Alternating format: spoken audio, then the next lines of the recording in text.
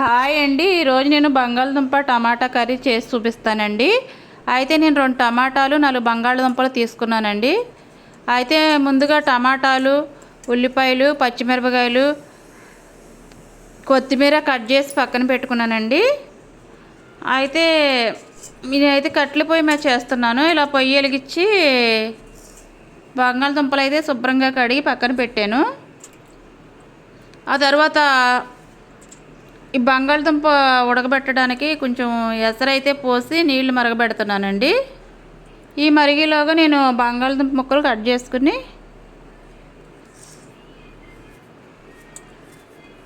నేనైతే ఇలా ముక్కల కింద కట్ చేస్తానండి. కొంతమంది అయితే దుంప పలంగా ఉడకబెడతారు. ఇలా అయితే గమ్ముని ఉడికిపోతాయని ముక్కలు కట్ చేసి ఉడకబెడతాను. కుక్కర్లో అయినా ఇదే విధంగా వేస్తాను.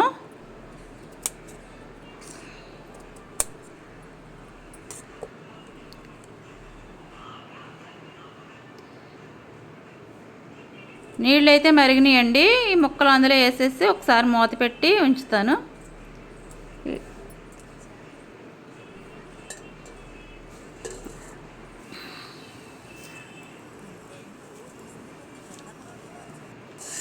ఇవైతే ఉడికిపోయినాయండి. ఈ వాటర్ అంతా వంచేసి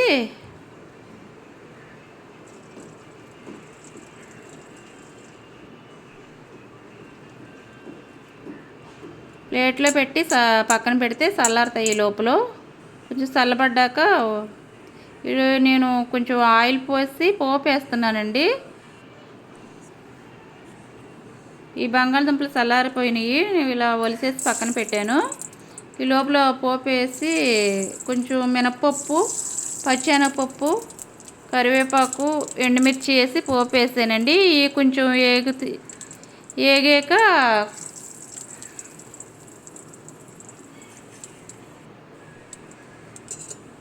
కొంచెం ఇలా ఏగనిచ్చాక కొంచెం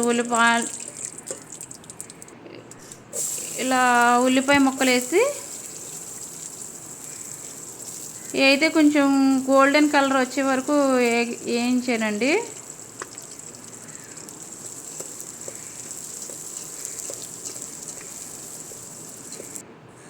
దాని తర్వాత టమాటా ముక్కలు, పచ్చిమిరపకాయ ముక్కలు వేసి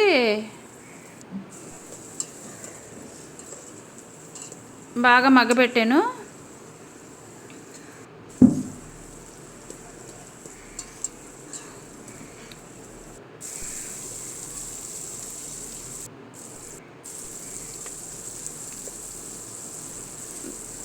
దాని తర్వాత ఈ బంగాళదుంపలు ఉడకబెట్టి పక్కన పెట్టుకున్నాం కదండి, అవి అయితే వేసాను.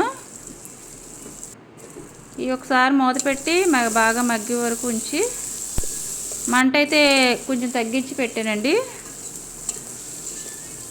అడుగంటేస్తుందని కొంచెం లో ఫ్లేమ్లో పెట్టాము. తర్వాత సాల్ట్, కారం, పసుపు వేసి కొంచెం వాటర్ పోసి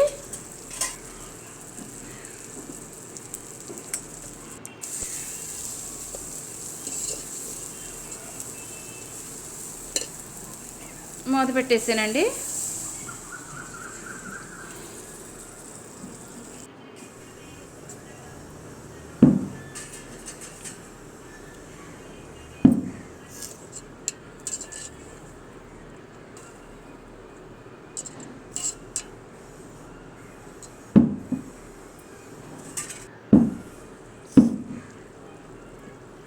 కర్రీ అయితే గుమగుమలాడుతూ ఉడుకుతుందండి. ఈలోపు అయితే పొయ్యి బాగా మండుతుంది కాబట్టి బాగా పొగ వస్తుందండి.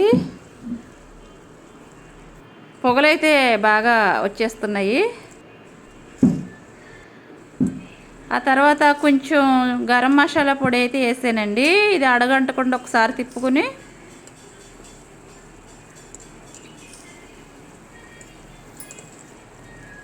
కొంచెం అడుగంటుతుందని కొంచెం తిప్పి